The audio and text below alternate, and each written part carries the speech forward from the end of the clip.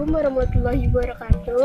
Abdi di 78 kuring bisaan dongeng anu judulna Pecang jeung Babaturan anu Haus.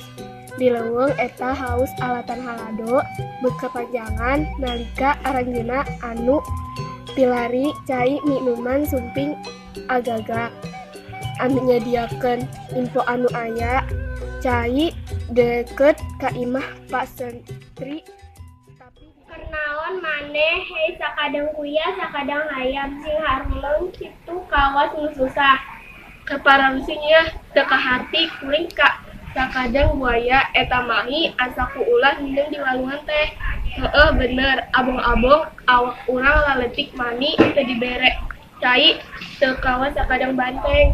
Aduh kuat ka kitu eta si buaya. Kayak dulur aya info ya tadi kuring ninggalin di sawah deket tahu. Katanya aya gentong isina cai tapi henteu pino. Kuring direk nyoba nginum tapi pamatu kuring teu happy eueuh karena caina. Hayu ayeuna urang kadaritu sarerea. Kuring mah geus teu kuat ieu nahan hananang aus pisan.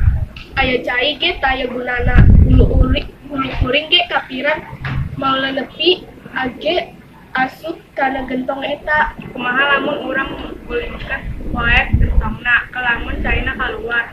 Urang nyium sasabeung sabana.